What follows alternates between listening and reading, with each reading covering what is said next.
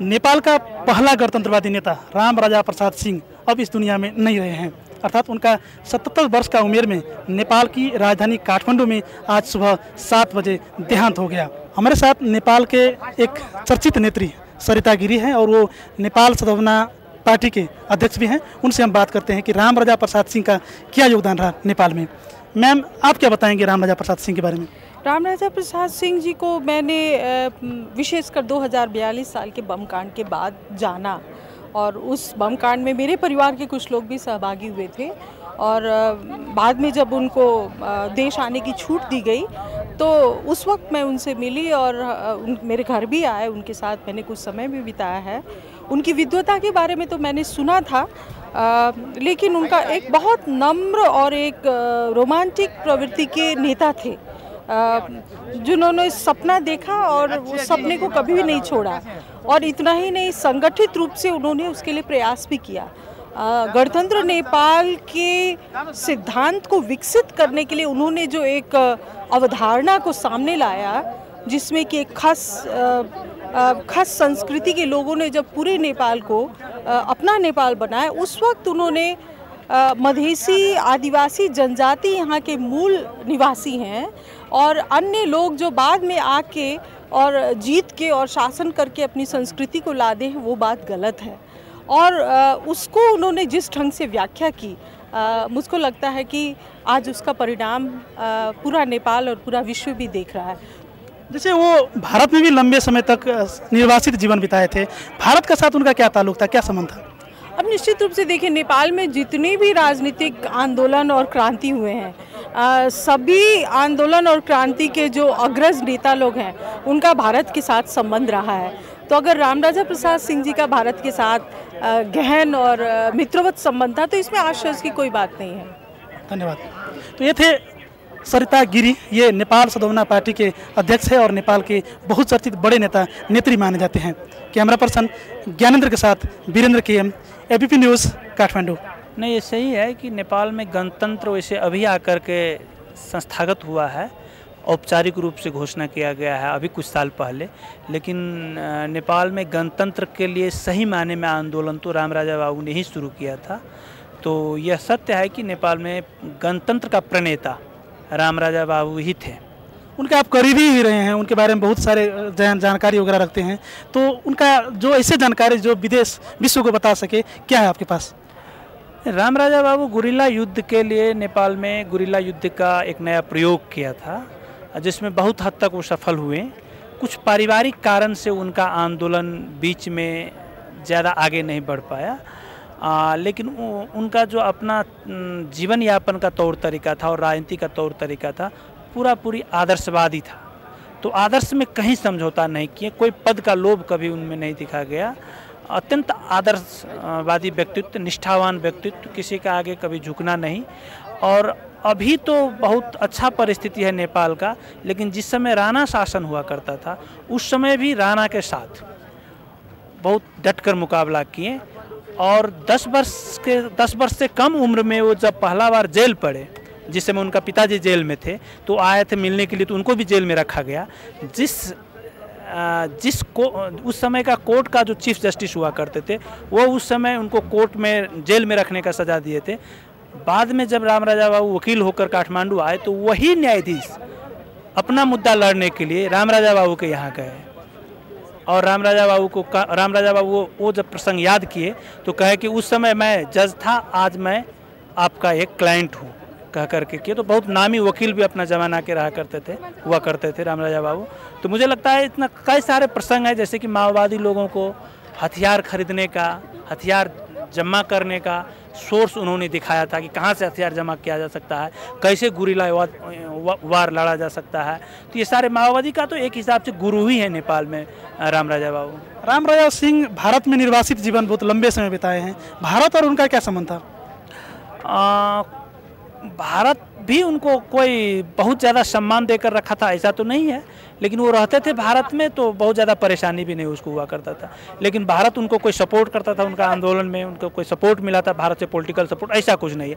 वो अपना रहते थे, उनका संबंधित लोग काफ़ी भारत में रहते थे, तो वो अपना रहते थे, भारत में शेल्टर लिए थे, लेकिन कोई पॉलिटिकल सपोर्ट मुझे नहीं लगता भारत से मिला। Thank you.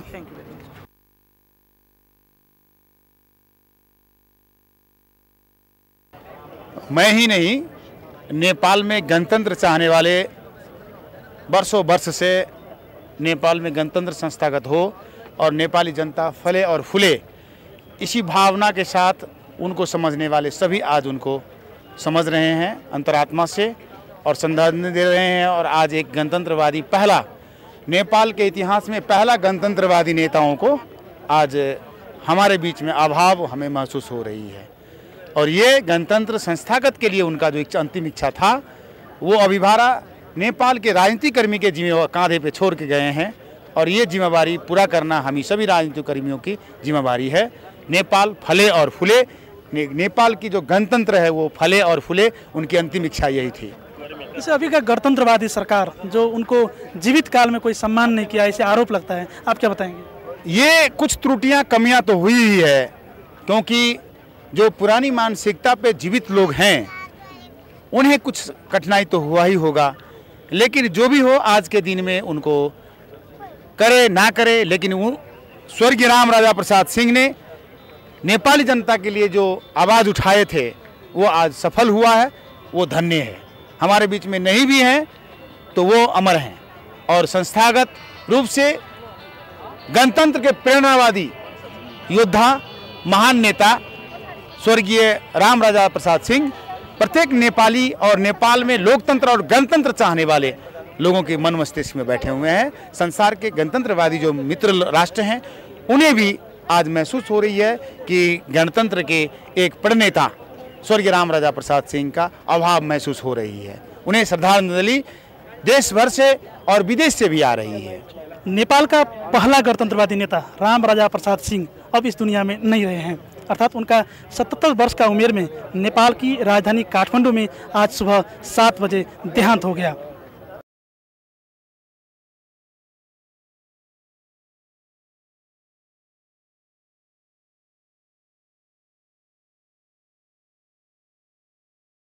एउटा क्रान्तिकारी नेताको रूपमा म सम्झिन्छु। सायद नेपालको पुरानो पिँढीका नेताहरूमध्ये संसारकै सुप्रसिद्ध क्रान्तिकारी चे गोबाराबाट प्रभावित एकमात्र क्रान्तिकारी नेताको रूपमा उहाँ स्थापित हुनुहुन्थ्यो।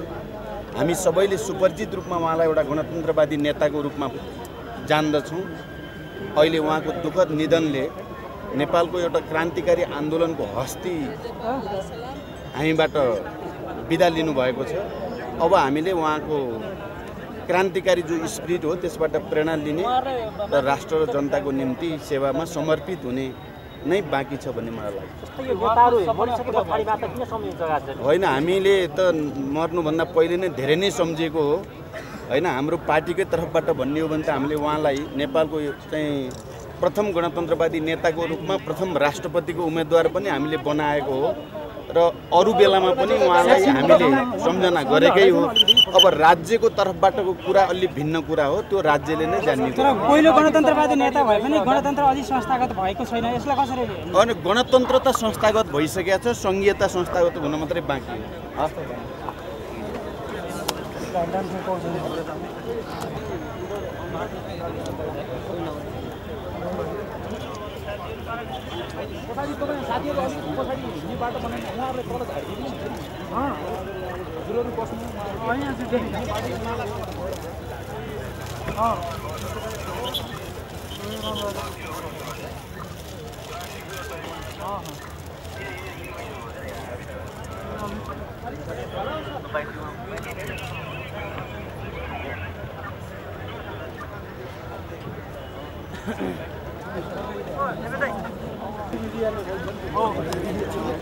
श्री रामराजा प्रसाद सिंह नेपालको गणतान्त्रिक आन्दोलनका अगुवा र शीर्षस्थ व्यक्तित्व हुनुहुन्छ। त्यसैले उहाँको निधनले नेपालको गणतान्त्रिक आन्दोलनलाई अपूरणीय क्षति पुगेको छ। गणतन्त्र जुन अहिले हामीले प्राप्त गरेका छौँ त्यसको प्राप्तिको निम्ति अग्रपङ्क्तिमा उभिएर नेपालमा सबभन्दा पहिले गणतन्त्रको मुद्दालाई स्थापित गर्ने श्रेय स्वर्गीय रामराजा प्रसाद सिंहलाई जान्छ। यो तथ्य स्वीकार हामी कसैले पनि कन्जुसाइ गर्नु हुँदैन र त्यही गणतन्त्रकै नारा उठाए बापत, काम गरे बापत तत्कालीन निरङ्कुश राजतन्त्रात्मवादी सत्ताले उहाँले मृत्युदण्डको सजाय सुनाएको पनि थियो। त्यसैले आज नेपालमा गणतन्त्र प्राप्त भइसकेको अवस्थामा स्वर्गीय रामराजा प्रसाद सिंहलाई सम्पूर्ण नेपाली जनताको तर्फबाट, नेपाली सरकारको तर्फबाट, म व्यक्तिगत तर्फबाट म हार्दिक श्रद्धाञ्जली अर्पण गर्न चाहन्छु र उहाँको शोक सन्तप्त परिवारप्रति संवेदना प्रकट गर्छु र व्यक्तिगत रूपमा पनि मेरो राजनीतिक जीवनको प्रेरणाको स्रोत रामराजा प्रसाद सिंह हुनुहुन्थ्यो। 2027-28 सालमा म अमृत साइन्स क्याम्पसमा पढ्दा उहाँ तत्कालीन राष्ट्रिय पञ्चायतमा स्नातकको उम्मेदवार हुनुहुन्थ्यो र त्यति बेला उहाँले गणतन्त्रकै नारा दिएर स्नातक क्षेत्रबाट चुनाव जित्नुभएको थियो र हामी सबै विद्यार्थी उहाँको पक्षमा लागेका थियौँ र तत्कालीन सरकारले उहाँलाई शपथ गर्न नदिएपछि हामीले त्यति बेला अमृत साइन्स क्याम्पसमा हडताल गरेको मलाई अहिले पनि सम्झना छ। त्यसैले पनि मेरो निम्ति त यो ठुलो अपूरणीय क्षति भएको छ। म उहाँप्रति हार्दिक श्रद्धासुमन प्रकट गर्छु। जीवित रहँदासम्म राज्यले के सम्झेर समिति हो, राज्यले उहाँलाई विशेष सम्मानको व्यवस्था गरेको थियो र उहाँको सम्पूर्ण उपचारको व्यवस्था पनि हामीले गरेका थियौँ र उहाँलाई राष्ट्र गौरवको चाहिँ पद विभूषणले चाहिँ उहाँलाई चाहिँ हामीले सरकारले चाहिँ विभूषित गर्नको निम्ति राष्ट्रपतिसम्म हामीले सिफारिस पनि गरेका छौँ।